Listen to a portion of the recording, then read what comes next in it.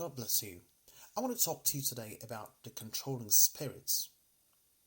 Controlling spirits are spirits that seek to turn the will of man into their own will. The Bible says in the book of Ephesians chapter 6 that for we wrestle not against flesh and blood, but against principalities and powers and rulers of darkness and spiritual wickedness in both high and low places. It means we don't have just one enemy. We have spirits that operate around the world. In fact, First John actually confirms by saying the whole world lied in wickedness. It means everywhere you go, you're going to find these spirits that seek to change the course of mankind. These spirits are known as controlling spirits. These spirits control the government, they control the society, they control children, they control the media, they control politics, they control hospitals, they control everything. And so the only way we can be free from these controlling spirits is by surrendering to Jesus Christ. But before I go into that, I'd like to take us a little bit backward in order to show us how these controlling spirits transcended to what they are today. We go to Genesis chapter 3 in the garden. The Bible says the serpent or Satan approached the woman and said, "Did God say you must not eat of every tree in the garden?" And the woman said, "No, God said we should not eat it or touch it lest we die." And Satan said, "Oh, of course not. Don't worry about that. You shall not surely die. For God knows that the day you eat of it, your eyes will be opened and you shall be like God, knowing good and evil." What was Satan trying to do? He was trying to control the woman. You need to understand something. There is something that God has put in every mankind known as free will. The free will is what gives you the entitlement to choose what to do, whether good or bad. But that free will is not supposed to be used for evil. It's owned and to be controlled just by you and God only. Now you might ask me, but why would God give us free will? The reason God gives man free will is because he wanted to make decisions on your own. If God were to make us like robots where we can't choose what to do, then we cannot say we love him. And neither would God be able to distinguish if you love him or not. And so God gave man that will, that power to choose whom to follow. If you want to do the right thing or you want to do the wrong thing, that's called free will. But Satan seeks to control that, to take that free will and use it for his own advantage.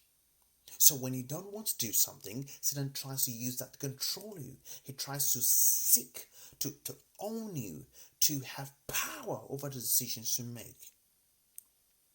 The problem is this: sometimes he uses people.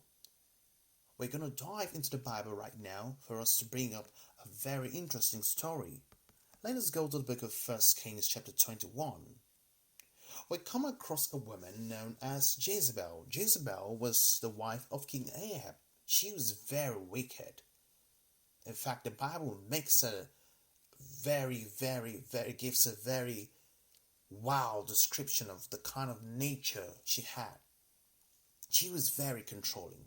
Her husband, Ahab, sees a vineyard of a man known as Naboth, or Naboth, as most people call it.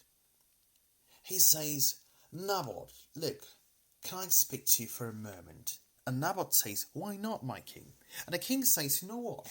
I'm seeing you with your very beautiful vineyard, but you see, I'd like to have your vineyard or your vineyard." And Naboth says, "King, look, the problem is this is the only inheritance I got from my father, and I respect you as a king, but I really don't want to give you my last inheritance." And the king becomes really grieved and sad. He goes and sits down and refuses to eat. And his wife comes in, Jezebel. And guess what she says? She says, "Why are you looking so sad and so depressed?" In fact, verse 5 says, "But Jezebel, his wife, came in to him and said, Why is thy spirit so sad, that thou eatest no bread? And the king said, Because I spoke unto Naboth the Jezreelite, and said unto him, Give me thy vineyard for money. Or else, if it please thee, I will give you another vineyard for it. And he answered, I will not give them a vineyard. How? You'd expect Jezebel to say, oh no, don't worry about it. I mean, there's nothing wrong. You have lots of vineyard. Oh, she doesn't do that. Now let's watch and see what the spirit of control does. And Jezebel, his wife, said unto him, do you now govern the kingdom of Israel? Come on, wake up and eat bread, and let thine heart be merry. I will give you the vineyard of Naboth the Jezreelite. So she wrote letters to Ahab in Ahab's name and sealed them with a seal. Now take note, Ahab did not do this, but Jezebel did this on his behalf. And guess what she said? She said, proclaim a fast and set Naboth on high among the people. And set 2 men, sons of Balaam, before him to bear witness against him, saying, thou didst blaspheme God and the king, and then carried him out and stoned him that he may die. So that's what happened. She killed a man because he refused to give his property to her husband. That's a spirit of control. Now you might ask me, but look, Elvis, I don't understand. Now we know that's Jezebel, but how does that spirit reflect in my own life or people's lives? Now I'm going to give you some characteristics to know how controlling spirits do operate through people. The problem is this: sometimes the spirit of control seeks to use people around you to control you, even without your knowledge, whether you like it or not. This could be friends, this could be families, this could be even your relatives, your grandfather, your grandmother. Now, when I say control, I mean in a negative way. I'm not talking about raising you up by saying, don't touch that, don't go to a nightclub, don't smoke. No, that's not what I'm talking about. I'm talking about control. The first characteristics of controlling spirit is it gets you to do things against your will. It gets you to do things against your will. Now, we'll see that even Apostle Paul in the Bible complained about this. He did say, let's go there and see what the Bible says. He said, that's Romans chapter 7, verse 19 and 22 to 23 as well. It says, for the good that I would, I do not, but the evil which I would not, that I do. So Paul was trying to say that things I don't want to do, I end up doing them. But the things I don't want to do, I end up doing. It makes you do things against your will. That's a spirit of control. Number 2.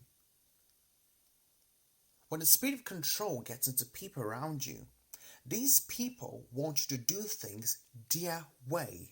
I repeat, they want you to do things their way. They take away your right to make decisions for yourself. They take away your right to say, I want to do this. They take away your right to decide what you want to study. They take away your right to decide where you want to read. They take away your right to say you want to sleep. They take away your right as to where you want to work. They want to tell you what to do. They want to control you. They want to limit you. They want to restrict you. They want to squeeze you into their mold. They want you to do things their way. They don't believe in your opinions. They believe in their opinions. That's a spirit of witchcraft or control. The next is, they overreact when you go against their will. They overreact when you go against their will. Have you ever been around someone that has suggests some things to you and says, go and do this? You say, I don't think that's the right thing to do. And they get angry. How dare you say no to me? They're not angry because you said no. They're angry because how dare you say no to me? They know what they asked you to do was wrong. They know they told you to steal. They know they told you not to greet your auntie, not to greet your uncle, not to greet your dad. They're just angry because they feel they are losing that control over you. They feel they are losing the grip over you. They feel enraged. But the Spirit of God does not operate that way. The Spirit of God respects and understands. Well, I totally do understand. If you don't want to go, That's entirely understandable. But the spirit of control works exactly the other way around. It says, you will do it my way or no other way. The next, they get you to do the work and they take the glory. Have you ever been in a house where you wash dishes, you wash the house, you clean everything, you mow the lawn, you wash clothes, you make up the bed, and mama comes home and mama doesn't say a word? But your little sister just simply picked a little piece of paper on the floor and mama comes praising her all day long. Oh, you're just the best. You're just a wonderful child. You're just a great child. Oh, I don't know what I would have done without you. That's a spirit of control. You do the work, they take the glory. You do a great job and they take the ownership. They take the copyright. The next, they're very manipulative. Manipulative people are one of the worst kind of people you should be around. You must be very careful of being around manipulated people. A manipulative person is someone who tries to control your emotions by manipulating. For example, let's say you're married to a woman and you tell her, good morning, you didn't make breakfast for me today. Well, I don't think I need to make breakfast for you. Why do I need to make breakfast for you? No way you can get your food. Go and dish yourself. And then the man says, I don't think you're acting like a wife. I think I may need to stay away from you. She says, oh no, please, don't leave me alone. I'm going to change, I promise. Don't break up from me. Please, I'm really going to change right now. And the man says, all right, okay, I'm going to give you another chance. Oh, did you get to sign the document I asked you to sign? Oh, please, I was feeling tired. I feel lazy doing that. I think I might need to put you away from me. Oh, no, please don't do it. Oh, I'm just going to die. I just can't live without you. Please don't go, please. That's a manipulative person. Not just the girls, the boys do that as well. You've told a guy, listen, I'm finding it very hard to concentrate on God. I'm finding it very hard to read my book. I think we need to stop this relationship. It's affecting my studies. And the guy goes, I just think I'm just going to die right now. I just want to commit suicide. What is he doing? He's trying to play on your emotions. Do not let anybody use your emotions against you. It's witchcraft. If you've stood your grounds to make a decision you know it's right, stand on it. Sometimes you have to step on toes to do the right thing. You might have to offend, I'm sorry to say that, to do the right things.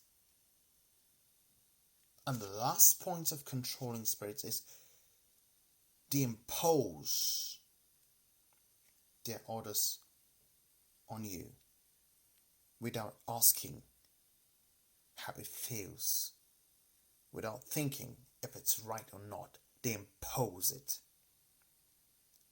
And so the only way you're going to be free from this controlling spirits, number one, you have to be prayerful because this is a spirit. Number two, you have to stand on your words. Whatever you want to do, stand on it.